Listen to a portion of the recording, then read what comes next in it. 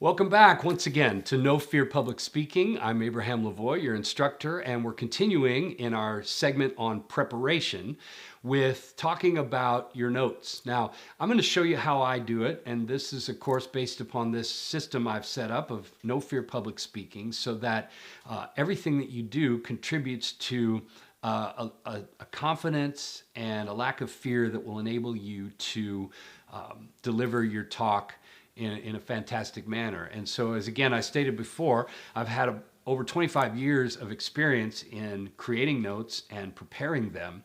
And so this is my system, and you're welcome to change it if you like. Some people like note cards. This is just the one that I've found that gives me the greatest degree of confidence when I step onto a stage and know that I've practiced this procedure, I know this routine. And so the first thing you want to do is set up your document. Now, this is how I do it, and I'm going to tell you why.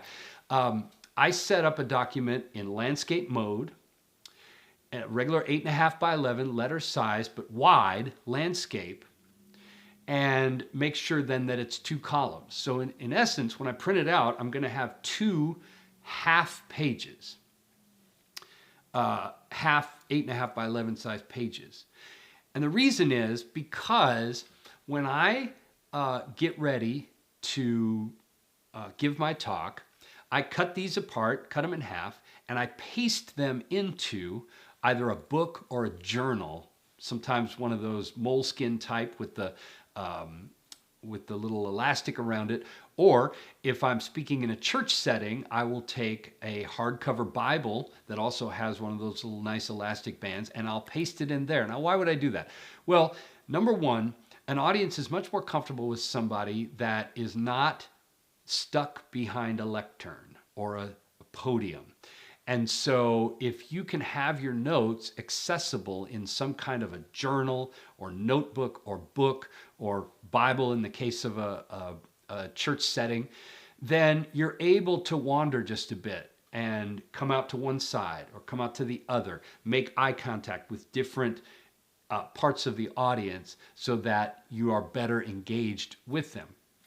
Second, when we get through the preparation of the notes and we get into the preparation of rehearsing, you're going to realize that the system that I use has me mostly talking extemporaneously without reading or looking at the notes. And so much of the time I will have this notebook or book closed with my finger in it, and I'm able to use it as a little bit of a prop that I can gesture with, that I can open to reference every so often, but it becomes something comfortable to do with your hands. If you're not used to or accustomed to public speaking, and you have maybe a lapel microphone or a microphone on a stand and you have nothing to do with your hands, you certainly don't want to stand there with your hands straight down. But if you're uncomfortable speaking publicly, you may not know what to do.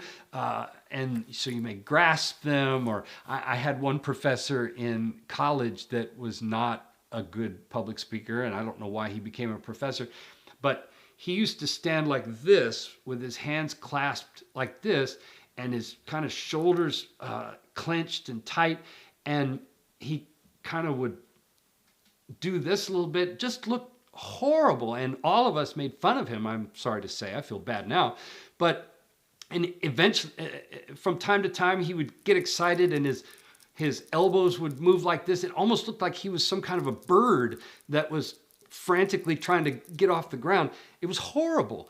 And I think this was because he just didn't know what to do with his hands. So when I have this notebook or book or Bible with my notes pasted in it, I'm able to have something that I can gesture with or grasp. It looks much more natural than this does. So it's a letter size landscape, 2 columns, and you're going to arrange them by pasting them into a book. You could do note cards if you wanted to. Some people feel comfortable with that. They can glance down and flip them as they like. However, this looks very textbook college or high school speech. You know, you're taught to do note cards and you kind of flip, and a note card is so small that it can be hard to read in some cases. So you're having to bring it up close to you. When you're setting up your document for pasting it into a journal or a book, you should make sure that the font that you begin to type with is large enough so that when you casually in the middle of your talk flip open your book and hold it open and then glance down, you can easily read it from 12 to maybe even 18 inches away. So again, this is the advantage over note cards because they're small and you're trying to cram information and you can't really print onto note cards with your computer. So then you're having to write it and, oh, I can't read my handwriting or the pen's ink kind of smudged. And so in any case, do what you want. But in this system, I advocate for this 2 half pages pasted in. And then if you have more than that, you can always just flip the page. But it looks casual, it looks comfortable, it looks relaxed, and it's easy to access your notes. Now, there have been a lot of people of late that I've noticed that are doing their notes on an iPad or an iPhone or even on their laptop. I'm not in favor of this, and here's why. The first thing is I've never seen a quality presentation from an iPhone. And it seems like lately, a lot of the people that I've seen have put their notes on their phone, and they're trying to follow and scroll, and it's just too small of a screen. Yes, our phones are bigger now, but the screen is just too small for you to be able to glance. And plus, it just looks like you're maybe trying to be too cool and with it. Hey, I got my notes on my phone, but it's not really working that well, particularly if you're on a stage with lights, because then you have glare and you have to tilt it a certain way. And then there are all the other issues that come along with an electronic device. They have an automatic where the screen goes off. And if you forget to shut that off, well, then you've got and my fingerprint isn't working. So let me type in my password. Oh, I did it wrong. Let me type it in again. Oh, I hit the button, so it went to the home screen. So now I got to scroll through and find my notes. It's just no good. It's a recipe for disaster. And the last thing you want when you're already afraid of making a public speech is anything else that can add to your apprehension about how well it's going to go.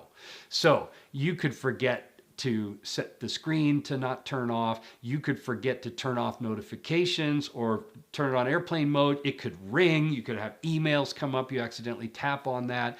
And again, the same thing is true with an iPad. It might be a little less difficult to work with. The screen is bigger. You can see it a little bit better, but the scrolling is unnatural.